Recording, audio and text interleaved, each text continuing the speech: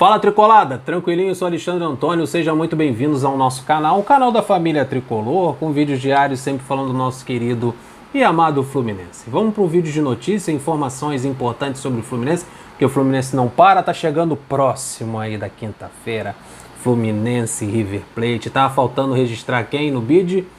O único que tava faltando é ele, o Bobadilla, apareceu lá no bid da CBF, no finalzinho, nos minutos finais. Ia fechar lá às 3 horas, 15 horas da tarde, nos minutinhos finais, tipo um gol de Assis, no finalzinho apareceu o nome do Bobadilla lá, registrado no bid, inscrito na Comebol, já pode utilizar o homem na quinta-feira, tá liberado. Então a gente conta com o Bobadilla nesse jogo contra o River Plate. Time completo, chegou, todas as contratações chegaram, faltando apenas o David Braz, que tá na quarentena dele lá quietinho, mas também já foi registrado, tá na CBF e também lá na Comebol. Então tá todo mundo regularizado para estrear pelo Fluminense na quinta-feira contra o River Plate e passar por cima dos caras. Adversário do Fluminense, vamos falar do River Plate, tá ansioso para Taça Libertadores, então vamos falar de River Plate. Adversário do Fluminense na estreia da Libertadores, o River Plate tem 3 desfalques confirmados para o jogo de quinta-feira no Maracanã. Olha os desfalques, o meia Jorge Carrascal e o zagueiro Robert Rojas cumprirão suspensão por terem sido expulsos na semifinal diante do Palmeiras. Eles foram eliminados pelo Palmeiras na final da Libertadores e os dois foram expulsos nesse jogo e vão cumprir suspensão na edição passada, de 2020. O também zagueiro Javier Pinola, com uma fratura no antebraço direito, é outra baixa. Problemas aí na zaga do River Plate. Eu queria pegar o River Plate completo, para não ter desculpa do Jornal Olé, essa rapaziada da Argentina falar que teve algum... Não, quero o time completo. Tá o tal de Dela Cruz lá, tava machucado, era dúvida, vai jogar, comemorei. Tem que vir completinho. Se for para apanhar, apanha com o time completo, por favor. Além dos 2 zagueiros e do meia Matias Soares e Agustin Palavecino, também esses 2 jogadores que eu acabei de citar são dúvidas, mas devem ir a campo. Melhor ainda, eles vêm fazendo atividades à parte. Então Matias Soares e Agustin Palavecino são dúvidas, mas devem entrar em campo contra o Fluminense na quinta-feira. Agora vamos falar do Campeonato Carioca. Campeonato Carioca, a Federação do Futebol do Rio de Janeiro, a famigerada FERJ, né? FERJ deveria ser famigerada do estado do Rio de Janeiro. Desmembrou a tabela da última rodada da Taça Guanabara. Desmembrou. Botou o Flamengo no sábado e o Fluminense no domingo. Isso aí, separou os dois. O Fluminense enfrentaram o Madureira no domingo, no Maracanã. Qual é a novidade? 11h05 da manhã o jogo.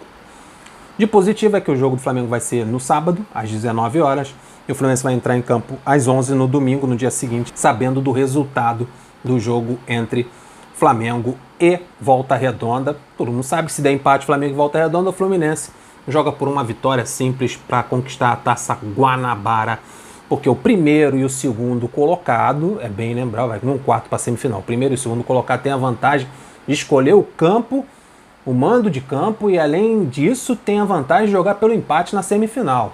Então é importante chegar entre primeiro ou segundo lugar. E já na final, aí é diferente, ninguém leva vantagem nenhuma, não tem vantagem para nenhum dos lados. Resultados iguais, vai para os pênaltis, o Parangolé é decidido lá. Outra coisa, vamos falar do André, volante André. Uma notícia trazida pelo site Netflu, dizendo que o Fluminense ainda está em dúvida, está tentando resolver a situação do André, se leva o André para a Libertadores ou se empresta o André para o CRB. Tem essa negociação aí com o CRB, porque aconteceu o seguinte, o staff do jogador, o Fluminense viu que ele perdeu espaço porque trouxeram 2 malas do Wellington e do Hudson para ocupar o espaço dos garotos aqui no elenco. Metinho tá tranquilo, Metinho ano que vem ele vai embora, vai pro City. Então se ele ficar no banco, se jogar ou não jogar, já tá vendido mesmo. O staff do garoto tá tranquilão, o garoto também. O problema é o André, que não tem futuro definido. O Fluminense pegou o André, quis colocar o André no Sub-23, mas segundo o Netflu, o André tem um problema com o técnico do Sub-23. Quem é? O Ailton, aquele mesmo que tomou a cipuada do Corinthians, tomou a cipuada aqui no Campeonato Carioca também. Então ele tem um problema com o Ailton de posicionamento, alguma treta que aconteceu lá segundo o Netflu. O staff do André pediu que ele jogasse no sub-20. Ah, não bota ele no sub-23 não, bota ele lá no sub-20. E a diretoria não quis, o Angione queria, porque queria que o jogador atuasse pelo sub-23. Mas o staff quer que ele jogue no sub-20. Por quê? Porque o treinador do sub-20, a seleção brasileira sub-20, que conhece o André, é o mesmo treinador da seleção olímpica, poderia observar melhor, porque o calendário é diferente. O calendário do sub-23 é um e o calendário do sub-20 é outro. Então, nesse período que o sub-20 estaria atuando, ele poderia ser observado pelo treinador da seleção olímpica, e o André quer se projetar para a seleção olímpica. Em primeiro lugar de eu expor a minha opinião, acho que o André deveria ser opção de banco e passar à frente do Wellington e do Hudson. É muito mais jogador do que eles. Mas já que tem essa escolha, preferiram jogadores mais velhos para passarem à frente dos garotos, e o garoto está sem poder atuar, deixa o menino lá no sub-20, porque vai que pinta uma seleção olímpica para o André, aí vai valorizar um ativo do Fluminense.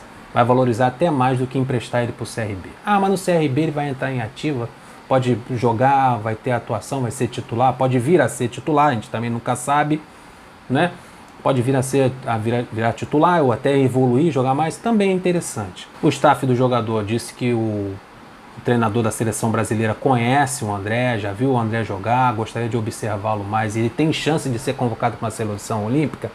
Aí tem que pesar na balança o que é mais vantajoso, uma seleção olímpica ou ele, garoto, ir lá para o CRB esquecido na